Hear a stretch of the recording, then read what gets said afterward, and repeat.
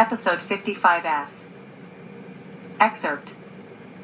Monday, March 13, 2023, Health Day News. Long-term exposure to fine particulate matter, PM2.5, is associated with an increased risk for cardiovascular events, according to a study published online February 24 in JAMA Network Open. Stacy E. Alexiev, Ph.D., from the Kaiser Permanente Division of Research in Oakland, California, and colleagues examined the associations between long-term PM2.5 air pollution and cardiovascular events in a retrospective cohort study involving adults in the Kaiser Permanente Northern California Integrated Healthcare System during 2007 to 2016 and followed for up to 10 years. The study cohort included 3.7 million adults. The researchers found that a 10 μg/m3 increase in 1-year mean PM2.5 was associated with a 12, 21, and 8% increased risk for incident acute myocardial infarction, AMI, ischemic heart disease, IHD, mortality, and cardiovascular disease mortality, respectively.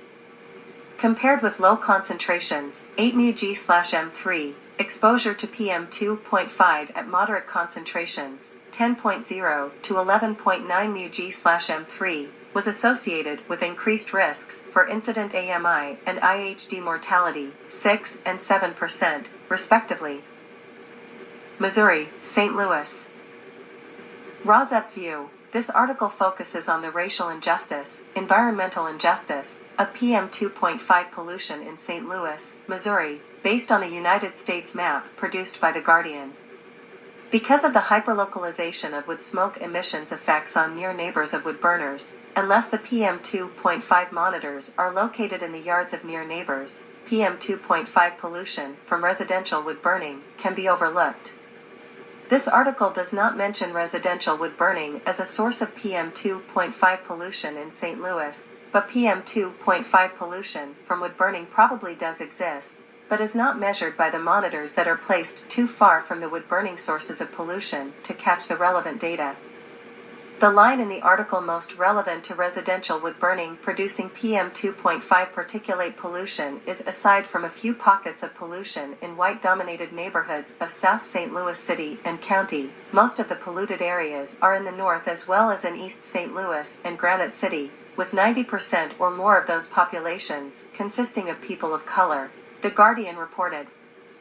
Those pockets of pollution in white-dominated neighborhoods may well be from residential wood burning, since residential wood burning is marketed to affluent consumers and many residential wood burners are affluent and live away from industrial pollution sources, but produce their own pollution, that may even affect lower-income neighbors, through the misguided use by the affluent of wood burning as a hobby, or for ambience.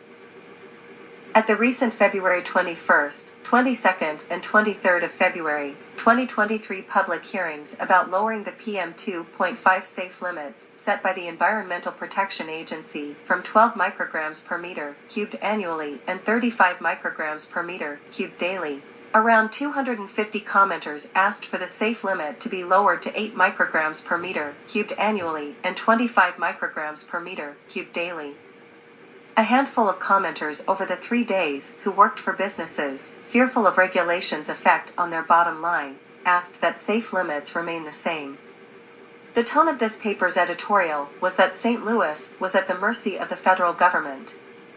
If individual citizens, including citizen scientists who have their own PM2.5 monitors to catch hyperlocalized readings of PM2.5 emissions of their neighbors' residential wood burning, readings taken 24 hours a day and 7 days a week, comment at hearings such as the EPA recently held, their voices are more likely to be heard in the discussion about steps that can be taken to curb each individual's anthropogenic, human-caused, mistake of burning wood, mistakenly adding to PM2.5 emissions.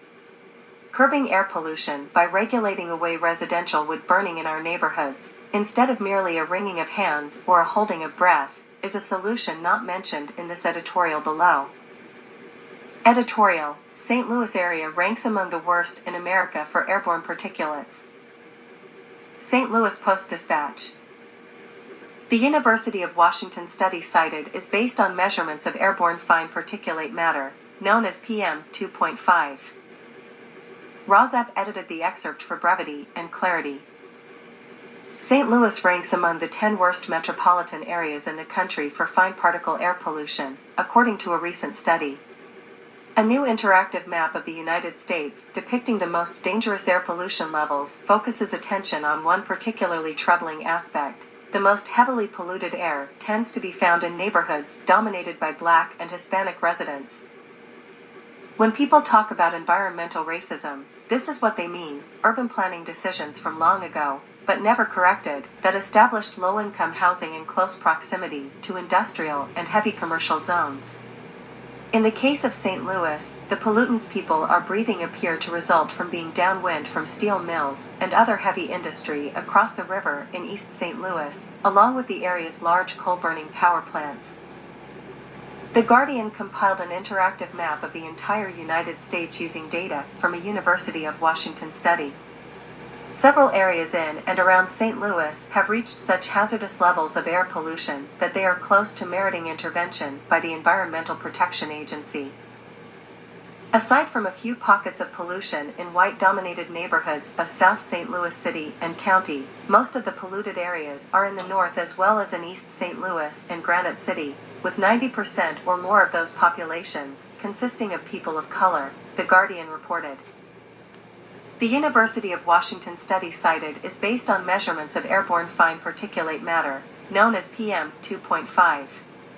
The World Health Organization regards levels around 5 micrograms of PM 2.5 per cubic meter as safe, while others say anything below 12 is acceptable.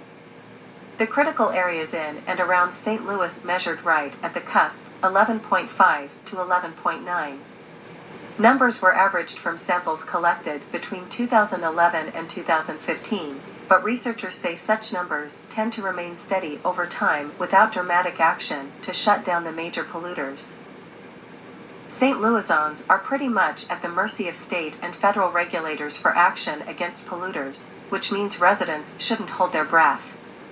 On second thought, https://www.youtube.com/watch?the =S9B5B51Z7PY February 21st, 2023, recording, 8 hours.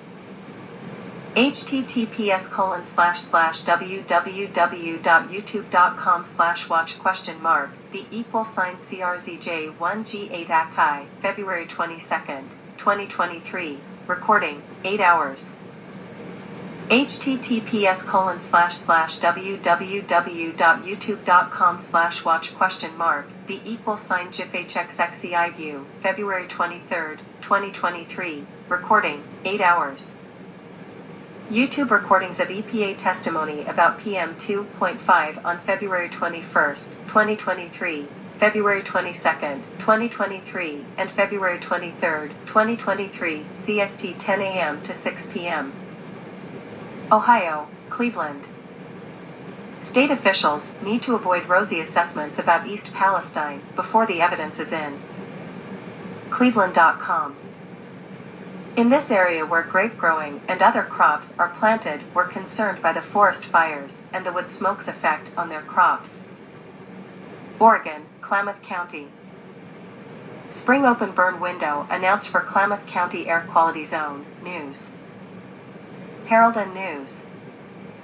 No trash, plastic, rubber, tar, petroleum products, or treated or painted wood may be burned. 5. The use of burn barrels is prohibited. Texas, Alton. Employees burning wood in container sparks warehouse fire in Alton, KRGV. KRGV. Alton Fire Chief John Salinas said warehouse employees were burning wood inside a container. They believe that fire got out of their control.